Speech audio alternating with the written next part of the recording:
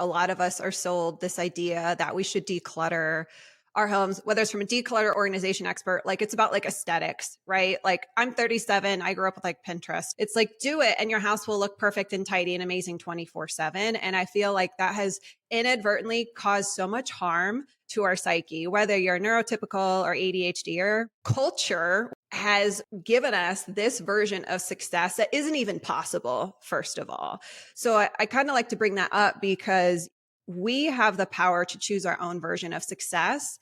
And we've all been kind of spoon fed this lie and myth that in order to be the best homemaker, mom, wife, or in order for your home to support your family best or be productive and efficient, this, that, and the other, like it has to look like a Pottery Barn ad or Pinterest or Instagram. It's simply not true. Welcome to Successful with ADHD. I'm Brooke Schnittman. Let's get started. Welcome back to another episode of Successful with ADHD. This one is going to hit your home and it's going to hit your heart. Katy Wells here, author of Making Home Your Happy Place. The struggle is real with ADHD. And the real life guide to decluttering without overwhelm. Wouldn't that be nice? She created Holistic Decluttering, an approach that tackles clutter at its roots and pairs it with simple, sustainable systems. And Katy is the host of the Maximized Minimalist podcast with over 5 million listeners. And Katy helps families break the cycle of clutter, keeps coming back. Her work has been featured on NBC News Daily, Martha Stewart, and Real Simple. And she lives in Asheville, North Carolina with her husband and 2 sons. How peaceful.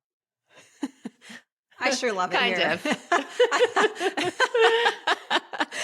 Yeah. So we're going to rip the Band-Aid off and just talk about some of the biggest lies we've been fed. And I know in your book you talk about how we think clutter is just a mess problem. Yes. But if you live with ADHD, you already know that's not true. Clutter hits really deep. It hits your nervous system. It hits what you say you are, your identity, and your sense of control. So today we're digging into the real reasons behind it, especially with neurodivergence, the stories, the shame, the emotional weight, and how to finally get unstuck. So I want to start with a thing you call this stuff story. Oh, yeah. Everyone Let's do has it. one. Yeah. And most people have no idea it exists. And I can deeply relate to this because your story of after your husband had his accident and then coming home to a bunch of kids' toys everywhere throughout the house and leaning on your friends to help you clear the clutter. So it can be so hard to keep up with the clutter, especially with a neurodivergent household of a toddler and teen boys, and then having ADHD myself. So what's the hidden stuff story most people don't realize is ruining their home? And why does it hit differently for someone with ADHD? Yeah. So I guess I'll answer your question, but just to add some context on why this matters, just like you said, I think a lot of us are sold this idea that we should declutter our homes, whether it's from a declutter or organization expert, like it's about like aesthetics, right? Like I'm 37. I grew up with like Pinterest, or like that was a thing when like I became a mom and got a home. Now it's like Instagram, TikTok, whatever, but it's like, do it and your house will look perfect and tidy and amazing 24/7. And I feel like that has inadvertently caused so much harm to our psyche, whether you're neurotypical or ADHD or culture, which dovetails with your stuff story. We'll talk about that in a second. Like, has given us this version of success that isn't even possible, first of all. So I kind of like to bring that up because we have the power to choose our own version of success. And we've all been kind of spoon fed this lie and myth that in order to be the best homemaker, mom, wife, or in order for your home to support your family best or be productive and efficient, this, that, and the other, like it has to look like a Pottery Barn ad or Pinterest or Instagram. It's simply not true. But beyond clutter just being annoying, and no one likes the aesthetics that come from clutter, I want to highlight just a couple different studies to like bring this home. So research from UCLA found that women who describe their homes as either cluttered or messy have elevated levels of cortisol throughout the day. So clutter is literally keeping our bodies in a stress response. They also found a direct correlation between the amount of things in your home and your stress. All right. So I also like to consider the flip side of that coin, right? This is why it freaking feels so good to let stuff go. Right. So the more we get rid of, the less our stress comes down. And Princeton Neuroscience Institute, took it further, and they used brain scans and found that clutter competes for your attention and your visual cortex. So it's reducing our ability to focus, to process information, and hold things in our working memory. And when you think about it this way, the average American home has over 300,000 items in it, Brooke. Excuse me, what? 300,000? 300,000. 300,000. Okay. So it's like, no wonder we're stressed. Sometimes from the second we open our eyes in the morning. That is like unfathomable. 300,000. 300,000. And now I'm going to take it a step further. Are you ready for this? So I'm getting stressed out listening to this. Okay. But we're going to counterbalance this. Okay. It's all about balance, right? If we stop looking at stuff as just annoying or stuff or whatever, items, and instead reframe that to a more realistic truth was every item in my home is a magnet for my attention, right? That's like having 300,000 browsers open on your computer. How do you think your computer is going to function? It's going to slow down. It's going to glitch. It's going to like light on fire, And now we add ADHD to that. Right? Because all of that was neurotypical in those studies. Sure. This is a brain that, it's working harder at filtering focus and working memory. And one study found that adults with ADHD spend twice as long as neurotypical adults just looking for things. And this ends up, get this, okay, I promise we're going to make this all better. This ends up being about a year of life just looking for stuff. So when I talk about clutter, and a reason I'm so passionate about this, it's not about the aesthetics. Like I'm talking about your nervous system, your brain function, your time, your energy, your life, your happiness, right? This is what it's about. Yeah. Yeah. Wow. Such powerful information. It's funny because I'm sitting here staring at clutter, and one of it says, I swear I have it all together. I just forgot where I put it. And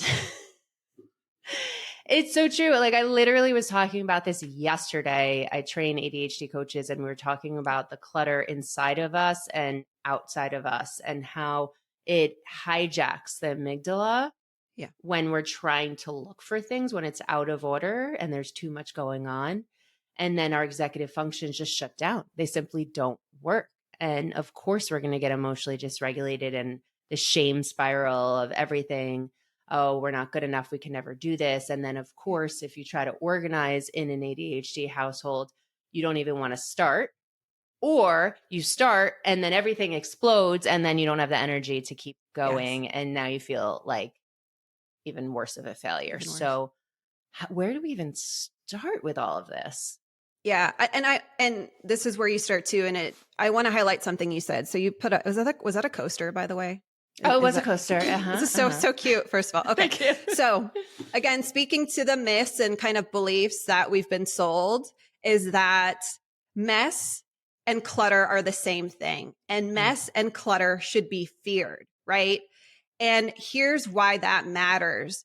Mess and clutter are different things. So this is something I had to really discover along my own journey, because we've all experienced, I cleaned the countertops, I put stuff away, I did the dishes, then my kids came home and it looked like a tornado came through my house. Mm-hmm. What is wrong with me? Why can't I figure this out? I'm not organized enough. I'll never be able to do this. And then cue shame, cue resentment, cue screaming at your kids because why did it, right? It's hard. And I realized, oh my gosh, mess is not the enemy. No matter how tidy, no matter how organized, no matter how minimalist you are, mess is a side effect of being a living, breathing human being. So here's the nuance though. Our brain can't tell the difference between, hey, the dishes that need to be done, that's expected mess. I call it expected mess now, me and my community, because like we need to learn to expect it, right? It's not like a moral failure. And clutter is the stuff that isn't actively supporting you, your lifestyle, right? It's hindering you. So because our brain can't filter that out, because it's magnets, it's noise. I always start by telling my clients, you have to learn to tell your brain, it's okay, this is expected, and here's how we handle it. And I do that with what we call a reset in our communities. This is where you reset your space back to its baseline tidiness level, whatever that looks like for you. And you can do this in what I call expected mess hotspots, entryways, kitchens. So think about, like, a lot of us tend to clear, the kitchen, kind of tidy it up after dinner, right? And that's so we don't have the mess the next day. And so it's applying that same philosophy and keeping our brain to less of an overwhelm and the mess down, right? Which go hand in hand, so that we can think clear. Our home is, cleaner, that type of thing. And that is that really, really, really helps. So for a while, it's just retraining your brain to not panic. Like, again, that coaster you showed, that was adorable. That's not clutter. And I think it matters because the meaning we assign stuff, and just like we do this with our stuff, like words matter. Like, words matter. It is not clutter. The stuff, like the toys your kids are playing with that are out on the floor, I know it's annoying, but you can tell yourself, oh, this isn't clutter. This is expected mess. These are things that add to our lives. We're using it. It's on the floor. I don't like that. So we'll solve it by doing a reset before dinner at the end of the night. Okay. So I think that's so important just to remind ourselves of. We have to normalize it. Mess is normal. So we change the messaging that we're telling ourselves. Yes. Mess is normal. It's really a cycle, right? So it is expected that there are going to be dishes in the sink. There is going to be laundry going with all the multiple steps of laundry. We're currently making our clothes dirty. We're going to have laundry after this call probably. So reframing and remessaging and reprogramming the messaging. Okay, step one. Okay. Step two is then, okay, what is clutter? All right. So a lot of people come to me, they're like, I've just been diagnosed. Like, I know a lot of, women get diagnosed later in life for a lot of different reasons now. So I have women coming to me in their 30s, 40s, 50s, 60s being like, oh my gosh, I was diagnosed with ADHD. This makes so much sense to why a lot of traditional decluttering methods maybe haven't been working for me, right? The classic mistake I see time and time again, and didn't work for me either as a neurotypical, was pull everything out. What?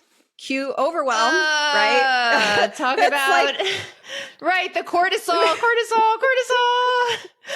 like, this is the worst thing literally anyone can do. So with my ADHDers, I say I this. need to put the fan on. I know. We're getting hot. We're getting hot. Me too. Oh my God, girl. Okay. So here's what we do, right? Here's what I do with my ADHDers. Give your brain one job. It's not declutter the closet. It's not, oh my gosh, I need to open every single box in my garage. It's one category at a time. And here's what I mean by this. So why this tends to work a lot better for ADHD brains is when you work by category, you're making the same decision over and over and over. So I always start with the lowest hanging fruit, which is trash, right? If you are in like your teenager's room and you're like, clean up your room, and they're like, I don't know how, or I'm overwhelmed, right? Or maybe you feel that way. Start with just one category, trash, right? Trash. Is this trash? Is this trash? Is this trash? Your brain gets into that rhythm, and it's, you don't have to think so hard. You don't have to be like, is this clutter? Do I want this? Is it worth selling? Like all the different questions, and decision fatigue hits real hard.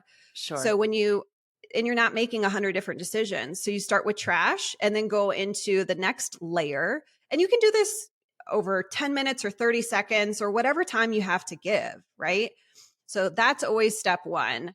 You're stacking those few easy wins. And again, even with just trash off the counter, I was like, whatever, candy wrappers or soda cans. I say pop, really. I'm from the Midwest. Soda just sounds like weird. Do you say I don't tennis like that shoes too? Yeah. Is that not a thing? Tennis shoes for me. Tennis shoes for me are actually tennis sneakers, like that you play tennis with. I say sneakers. Oh yeah, I don't use the word sneakers. That sounds like I don't know. Is it like bougie? It sounds like, I don't know, but I get it. Yeah, it takes all kinds, right? So. Okay. You get your pop cans, recycle those, all the things. And it helps you build momentum before you touch anything that requires, a little more brain power. Sure. So start there. Years ago, I developed something really with the intention of helping teach my kids learn how to notice mess and take action on it without me having to nag or be like, clean up every 30 minutes. And this acronym I'll share also really helps adults, but I think especially ADHDers, because it just helps break it down into a really simple, repeatable rhythm. So LAP is an acronym, stands for look, assess, and put away. So look is just, again, you're scanning for your one category. Again, start with trash. If depending on where you are, maybe next is like recyclables. I don't know. And then we can go into other things. So assess is really simple. Trash. Is this clutter? Is this a keeper? So you're really just kind of trying to funnel things into 3 mental categories. You're not having to carve out like physical categories if you don't want to. It's like the mental categorization. And keeping it to 3 options is helpful. If again, you're not sure, just pass it. Pass it for now. Put away. Yeah. So I'm looking at this. I'm assessing. What am I assessing? Am I going to keep it? Am I going to throw it away? What am I assessing there? You're assessing what it is. So is it expected mess? Right? Is this something we actively use, need, and is supporting me? Likely a lot of the stuff you are handling inside a room, a lot of it is expected mess. You're just putting back away in the moment when you're tidying up, right? The stuff that's landing on surface areas, the most of it is expected mess, not true clutter. It's just we didn't put it back where it belonged the first time. We're all guilty of this. By the way, another favorite acronym, I'm an acronym person. Sorry, I know it gets annoying. No, it's great for the ADHD it's really brain. easy. Okay, good. Memory. Yeah. Okay. So Ohio, only handle it once. This has truly changed my life and my kids. I'll just say like Ohio, and they know what I'm talking about. So if you're from Ohio, for under 2 minutes, right? Yeah, same thing applies. You probably heard don't put it down, put it away. Put it away. If you can do this under 30 seconds, don't wait, do it now. I just, again, my brain likes acronyms. So only handle it once. But the reality is like, we're going to put whatever, the piece of paper or the homework to sign off on the counter to handle later. That's fine too. So this is what we're doing. Is it expected mess? Something I need to handle, put away, do something with? Is it clutter? Okay. If it's clutter, the solution, the action, right? Or the put away part isn't to put the clutter away where it lives. It's to put it away in the donation station. So speaking to that action point, one big thing I highly think is so helpful and under discussed in this decluttering space is designing your environment to help support you do what you want to do. So I have a chapter in the book on onboarding family. This is good for onboarding yourself too, just making it easier for you to declutter or put things away the first time. And one of the frameworks is design for follow through, because environment is the invisible hand that shapes our behavior. So I'll give you an example. Let's just say you're going through LAP and you're like out looking at your kitchen counter. You're like, okay, my husband always puts his keys on the freaking counter. And it's really annoying because there's a key holder right over there, right? Or the massage gun, or the pens, or the meds, or that's right. And so, yes, I'm not going to say like, of course we all have bad habits. Sometimes we just have a habit of like dropping our stuff on the counter. But if it's like if it's a recurring pain point, I like to always start with looking at the environment. Like, does my home environment make it easy for my husband to put his keys away? So I might go, oh, you know what? I'm looking at the key holder. It is filled with clutter. He can't even hang it up if he wants to. He can't even reach it. He can't even access it. Or maybe you're like, you know what? The key holder is 50 feet away on the other side of my home because some organization expert said, you should put your keys here. But really, when you're looking at your house, you're like, well, that doesn't make sense, because every friction point you have to put stuff away means you're less likely to put it away the first time. It's harder, right? So really simple tweaks and maybe a little loving conversation or follow through can make a big, big difference. And speaking to the put away action for the clutter that you spot throughout your day as you're doing these resets or using this LAP method, we've all heard, and tell me if you haven't heard this, I feel like 100% of the women I've talked to have heard this. Everything should have a home, right? Everything should have a home. Yes. By the way, I used to roll my eyes at that advice and really hate it, but it is true. So I was like, you know what? If everything should have a home, and environment is the invisible hand that shapes human behavior, why don't I have a dedicated permanent home for clutter I spot throughout my day? So I came up with a donation station. I like alliteration. Again, it's just how my brain works. Okay. So it could be literally go get an Amazon box that you have not broken down yet. Mm-hmm. You're Mm-hmm. like waiting for your husband and like, come on, dude. Like they're building up. It's the holiday season. Grab one of those, grab a recycling bin, shop your house. It doesn't have to be perfect. And put one in a visible, accessible area in your home. So that's a category. So you talked about trash, right? And here's the donation station. I'm just curious if we could take a step back for a second. So you mentioned baseline, having the baseline, and I am living through this now. I have a client who's living through this as well. With ChatGPT and Pinterest and TikTok and Instagram and YouTube, yes, there are so many things that we think should be our baseline. And I know we talked about changing your story, but how does one know what their baseline is? Is that something you work on with them? It's not a conversation that comes up a ton other than just whatever works for you and your season and your capacity, right? My home has stuff on the countertops, and I feel like, just like we talked about, the culture swings so far the other way. It goes from like everything on your countertops to like, looks like nobody lives in the house. And I feel like you just have to find your own harmony. And again, so I'm a mom. And you're my saying kids are not listening to everything else, like ChatGPT that says, no, you only need 3 items on that console. Oh, you no. cannot have 5. That looks cluttered. No, these invisible rules are doing more damage, right? They do so much damage. And I don't think so many of us recognize that, because if you're anything like me, what happens when we have more than 3 things? Oh, I'm not organized enough. Oh, I'm never going to be that tidy. Oh my gosh, I'm such a horrible person. I just can't figure my life out, right? Yep. That shame that builds is so real. The expectation between where the world or our favorite organization influencer says our homes should be, that goalpost, and where we are in between, we are just filled with shame. And that means like, I'm not going to invite people over because I'm too embarrassed about my house. Or again, it's just this mental clutter. I clean the whole house in 2 hours before everyone comes over. Yeah. It's like a hard rampage. Yeah. Especially for people with ADHD. But yes, definitely changing the story and figuring out your own baseline is what I'm hearing from you. Yeah, absolutely. I really think so decluttering is a skill, right? And I think, again, we're kind of sold this oversimplified version of it. Follow this checklist and you'll be clutter-free forever. And it's like, what? So understanding that it's a skill, and especially with things like ChatGPT and podcasts and books and all the information on decluttering, we need to start just taking messy action. Like just try. If you don't have 10 minutes, do 30 seconds. One of my favorite things. Building momentum. Yes. I mean, trying to do it right, the way we think or the way we're kind of being sold is the right way. Pull it out, do your pantry in 6 hours, invest $1,000 in like clear bins for your pantry. I'm like, my kids are going to destroy that in 30 seconds or less. Like, I don't care.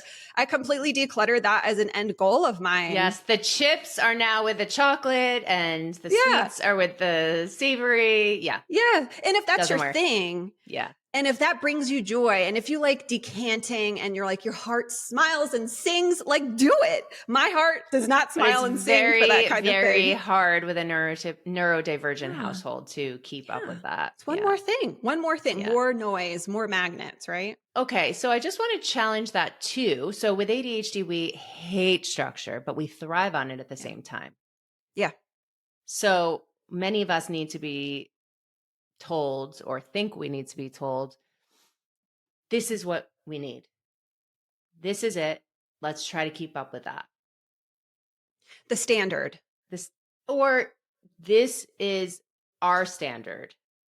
And this is what we're going to keep up with. What progress looks like, what the end goal is, like the rigid thinking of, I need it to be this way. So how do you change that messaging? How do you rewire that in the people that you're working with who are neurodivergent? One of my favorite things that helps my neurodivergent and also neurotypical, but I think especially my ADHDers, is helping them understand that decluttering doesn't have to be a separate task. And so if you look at any or listen to any habit expert, the best way to start a new habit, because I hear from people all the time, oh, I really should declutter. Oh, I really need to do that. Oh, I'm adding it to my to-do list, right? And it becomes one more thing. And it's an easy can to kick down the road, right? It's because it feels like an extra task. But if you think about it, whether you work outside of your home, inside of your home, stay at home mom, literally doesn't matter. We have hundreds of opportunities when we are at our home in the morning, making breakfast, cooking, cleaning up, whatever, throw on a hot pocket in the toaster oven for our kids. We're running late. These are all opportunities that we have to quickly scan our environment and just notice anything that isn't serving me, which is clutter, right? That's my definition of clutter. And if you have that donation station set up, visible, accessible, low friction, you're going to be able to go, okay, hey, I don't want that. I don't want this anymore. It's clutter. Boom, into the donation station it goes. Yeah. And so I think setting that up as a baseline target of just, number one, putting a touch more intention into how you're scanning stuff throughout your day. You're putting clean clothes away. Instead of putting the jeans that are 2 sizes too small away in your kid's dresser, which I used to do because I said, I don't want to deal with this right now, or I don't have time, add it to a donation station, right? Make it easy for yourself. And whether it's doing the dishes, unloading the dishwasher, that's an opportunity to go, oh my gosh, those mugs that are sitting in the back of that cabinet, they literally have a 1/4 inch of dust on them. I've had an opportunity to use that. And that's really my go-to question along the line too, as far as like a standard or something to help like that decision filter, right? Have I had the opportunity to use this in the last 6 months? That is like my golden, I still use it. It's like chef's kiss. It's so, so good. It's not, is this useful? It's not, do I love this? Does this spark joy? And don't get me wrong, different types of clutter and items, you can use different questions. I don't believe in one size fits all methods, truly. But this question helps bring in objectivity into something for a lot of people that can feel very emotional, or kind of we get stuck between our ears, right? And so have I had the opportunity to use this in the last 6 months? If you've had the opportunity to use that coffee mug, Brooke, to wear that pair of sneakers. Good job. Then, thank you. I tried. I was like, wait, what's the word again? Then it helps balance the scales, right? And you might not be like, oh yeah, well then I all of a sudden feel 100% confident and like you decluttering everything. But we're bringing more of a framework into it. And you can ask that question really quickly as you're scanning your environment and doing all these everyday things. Yeah, I love that this becomes part of a lifestyle. I also, going back to the donation station, just want to point out that for us, we definitely need low friction donation too. So for me, I have a next door neighbor who has a daughter who is a year under my daughter. So literally we have an agreement. It's like, just put anything that you need in my front door and I'll deal with it. So I don't try to sell. I don't, sometimes I'll go to Goodwill if I can, but like otherwise it's your problem. It right is there. So true. And people get like 90% there. They're like, well, what do I do when the donation bin is filled up? I'm like, again, we want to keep friction low. For a year? Yeah, guilty. I didn't go a year, but I probably did like 3 months. And then I have to take it out when I put the groceries in, and I put it back in with the best intention. And then oh my gosh, at least I got a workout. I guess it's like the one positive side of like pulling it in out like 18,000 times. But the more steps it takes to do something, the less likely we are to follow through, right? 100%. And so just use AI to help you, but here are a couple of things I highly recommend. Spend like literally 60 seconds and ask ChatGPT if that's your thing, or Google. Okay, we can still live in Google if we want to. What local charities, businesses, or organizations do donation pickups? Right. And then you can quickly find out which ones do. Another great resource is, and I know it involves Facebook, and yes, it involves extra steps, but here's why I'm suggesting this. Every single one of us, I think, cringe at the thought of our stuff a little bit not going to a good home. And that holds so many women back. They're like, well, I don't feel good just donating it anywhere. I want it to go to a good home. Right. And there's a lot of psychological concepts around that, which we don't have to talk about. But your local Buy Nothing group, do you use your Buy Nothing group, or have you heard of it? It's BUY Nothing. Mm-hmm. Okay. On Facebook. So this is really helpful, I find, for if you have a lot of bulk of something. So I used it for maternity wear. So after we were done having kiddos, I had all this maternity clothes.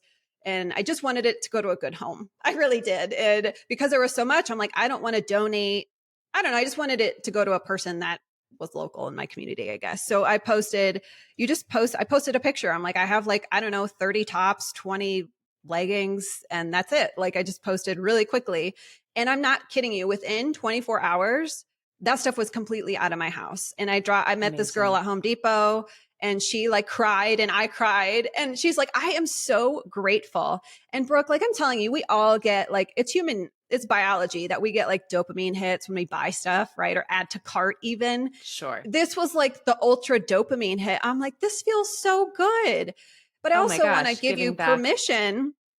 Yes. Like if you're not in a season right now to even post on Facebook, or maybe you notice like, oh my gosh, when I go on Facebook, I'm like doom scrolling on accident for an hour. Like, then don't do that. You know yourself best, right? Sure. But I do think it can be a great option other than people coming over, or organizations, charities coming over to pick it up. Like we want to delegate. It could be a partner. Maybe we ask our teenage kid, like, I'll give you $5 every time you go to Goodwill. Like sometimes we need to get creative, right? I'm so glad that you said that. And there's no shame in it. Again, the same client that I was telling you about, we were talking about that, like using her assistant to help her with the first decision of finding a place to donate or redecorate. Yes. But that's okay. There's nothing wrong with it. For me, when I moved from New York, I had such a monstrosity of, you talk about 300,000 items. Like, I don't even know how many jackets I had. And I needed my neurotypical friend to come over and say, you will never use this in Florida. Get rid of it. Which really, I mean, wouldn't you say that's like a version of like body doubling, right? It's body like, doubling. Yeah. Even someone, so I mean, I've been on like, put Zoom on or FaceTime with clients who are like live in Wyoming or like California. I'm in North Carolina. Having someone in there, it could be your bestie, it could be whomever, like, hey, will you just sit with me on the phone? I don't need you always have to say anything. It can really help. So it really does. I'm glad you brought that up. Okay. Yes. So we talked about step 1, which is changing the messaging. Step 2 is having categories like trash or donation, or, you know, there's obviously more. What's step 3? Step 3 is knowing which tool to use as you start to spot clutter, right? And I gave you like my golden rule. Have I had the opportunity to use this? That's a great question for really any type of clutter, but it really applies to the first two. So really briefly, throughout my own means and my journey, I realized like those kind of questions that are supposed to be all encompassing didn't work with certain clutter for me. So I'll give you a great example. I might say, have I had the opportunity to use this, yellow highlighter that's in the back of my junk drawer? And I'd be like, is it dried out? It's not dried out, right? It's not dried out. Yeah, I checked that, right? And I go, well, I've had the opportunity. I didn't use it, but what if I need a highlighter in 6 months? What if all of a sudden, what if I get an email from my kid's teacher saying she needs 300 highlighters? Help with this, please. Tell me. What's the trick? So that comes from fear, right? Speaking to my whole philosophy is getting to the root of it. Everyone has that fear, that scarcity. So it's not a moral failure to question, like, do I need this? So that type of clutter along the way, I gave a name, scarcity clutter, right? What if I need this? This costs money. This is useful. I might need it one day. Going deeper, we'll go through the layers really quick, and then we can talk about some tools. So you have, superficial is really the easiest low-hanging fruit clutter. So if you look at clutter like an onion, that's the easiest stuff to let go of. The question I gave you can help, but often you don't need a strategy, a tool, a rule, anything. It's just like a little intention, like clutter audits, like I talked about. Boom, easy, no emotion, just like let it go. Scarcity clutter is the next inside the onion, right? We got to work from the outside in. And then we have sentimental clutter. We've all heard of this. A lot of us kind of easily self-identify as sentimental, or at least know what it is. This is emotions, nostalgia. And then I really discovered a fourth type of clutter, which I call identity clutter. And these are items that represent who you used to be, who you are right now, who you want to be, who other people think you should be, right? These types of things are so loaded. And we can talk about all of these things, but that's scary. So most people declutter just focusing on superficial clutter.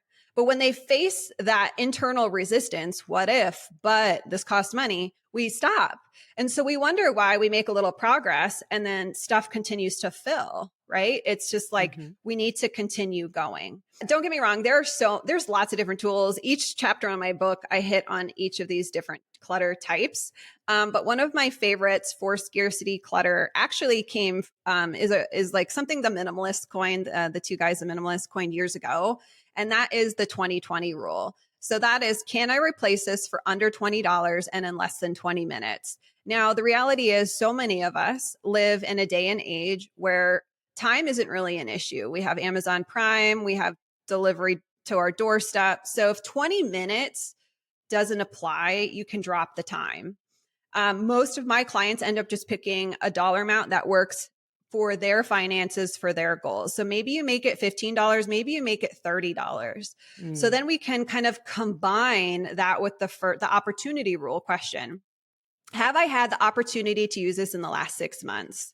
And you go, no, but what if I need it, right? And then you can go kind of like a decision flow chart, right? You know those? I love those things. They're so helpful.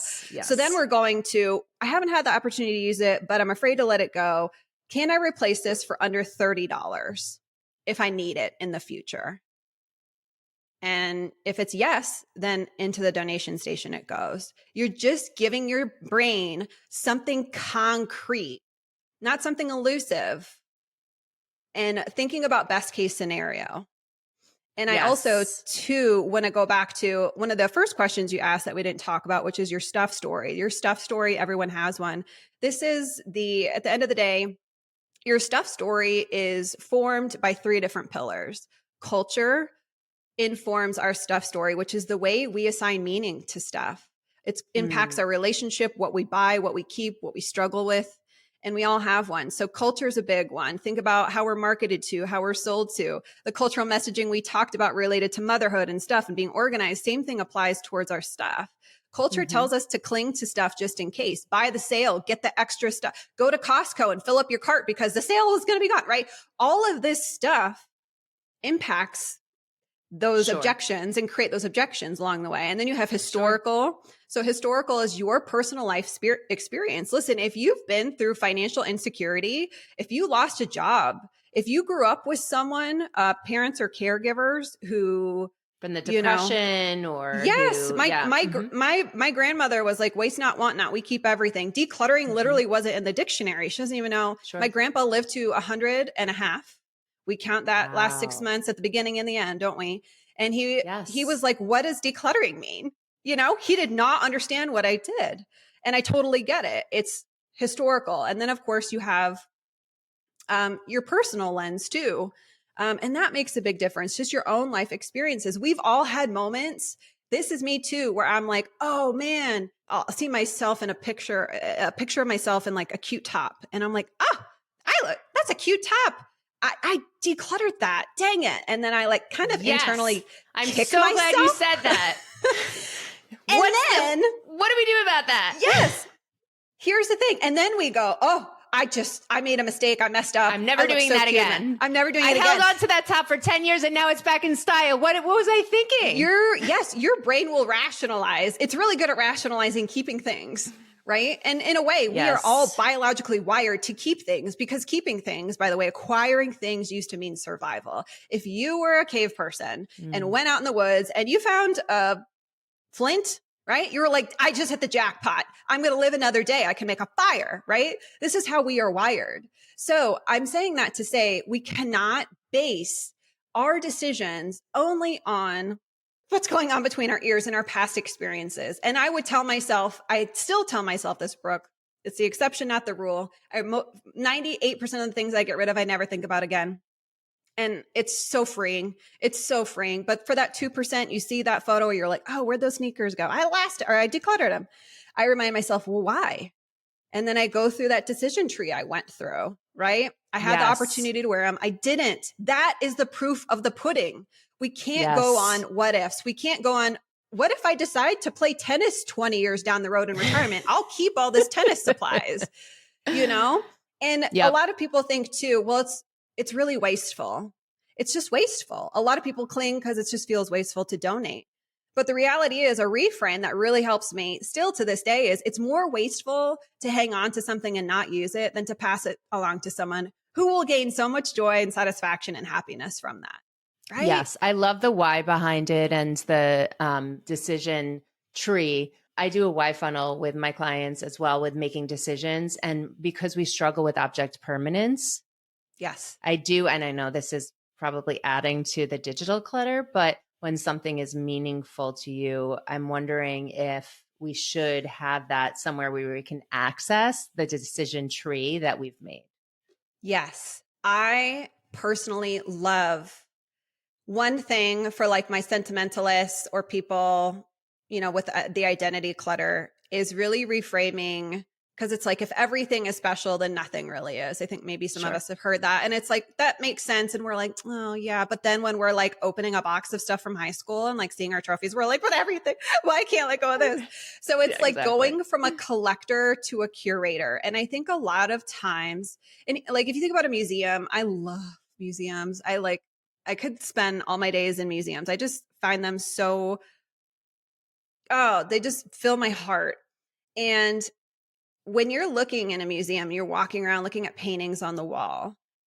This is intentional paintings. A museum curator curated the best of the best to tell the best story, to hang up, speaking of object permanence, things they want you to see because they want you to feel a certain way, right? Or appreciate the art or connect to the art or connect to your soul, whatever it is. And we can do the same thing with our homes, even if we have messy teenagers, even if we have messy toddlers. And I think I'm so glad you brought that up because a lot of things just sit in a box and that's okay. Maybe you open the box once a year, look at your trophies, look at those physical photos of you as like a 10-year-old kiddo hanging out with your girlfriends when we still had physical prints or whatever. And you're like, oh, that's fine. Get a cup of tea, do that. But I think some of them deserve maybe a little more thought, like, can I integrate this into my everyday life? If it's a recipe from your grandmother, you used to bake with her, why not hang it up, frame it if it's meaningful enough to you? I had fake antique flowers my mom made my whole wedding bouquet out of. So of course those don't die. And that's just, I move it all around my house in different seasons. It's in my closet right now. I see it every day. Mm-hmm. And it reminds me of what I want to be reminded of, right? My wedding day was a very special day. So not that you have to do that with everything, but I think it's like we can extract more from this stuff when we see it. Yeah. And something to add to that, if I may, this might not be sentimental stuff, but I think we need to also normalize that it's okay, especially for an ADHD brain, to have a junk drawer or to allow your children to have a messy closet and close the closet and as a parent just not look at it, or allow them to have a messy room and that's their room, that's their space, right? So we can only control what we can control. So allowing some of that mess to be a mess, right? And look the other way. That's right. And I think, you know, going back to that question of like, well, what's the baseline? Like, what's the structure? What are we striving for? It's like, that's what's so cool. You get to decide. And you know what? It can change in different seasons. Maybe you were once okay with your teenager, like shutting the door to his or her room. And now you're like, all right, it's getting a little out of hand. Like, I got to step in. Like, you can make coming that from underneath the door. I'm smelling rotten banana peels and candy wrappers. This is not okay. Yeah. And I think that's the beauty of it. I think it's like, can we find inspiration from these, you know, people online? And I think that's fine and great and dandy. But when we start kind of taking their benchmarks and making it subconsciously our own, it's going to always feel like a fight, you know? And again, going back to the crux of it, it's like decluttering doesn't have to be a marathon weekend if you don't want it to be. I don't recommend you even do that. You can fit decluttering into your life, whether you have 30 seconds a day or 5 minutes a day. I'm like trying to stop myself from laughing because this while you're talking, I'm thinking of my almost 4-year-old. We're trying to declutter some of her baby toys. And as I see something around the house, to your point, I'll just grab it and try to hide it. But of course, she is pretty thrifty and she finds it. This is why you need a donation bin that is solid and not see-through. Correct. And is out of sight for your kiddo. Correct. Yeah. This morning we have like one of those old telephones with a cord and like the thing that goes around. The rotary? Yes, the rotary telephone. I'm obsessed. I want one. So you could have hers. I'll ship it to you. And so she takes it out of the donation bin and she's like, I want this. Let's move it back to my room. And then she gets on the phone and starts talking and having a conversation. Of course, it melts my heart, right? But I mean, like, this is literally ingrained in us from like childhood, right? To like hold on to stuff. It is. And I think too, I just want to highlight something I didn't realize because I thought, dang, my kids are just I was like, are they going to be hoarders? Like truly, I was like fearful. I'm like, they wouldn't let go of anything when they're around that age. And then a dear friend of mine who's a childhood psychologist is like, Katy, like these aren't adults. These are children. Their prefrontal cortexes are not fully developed until their mid-20s.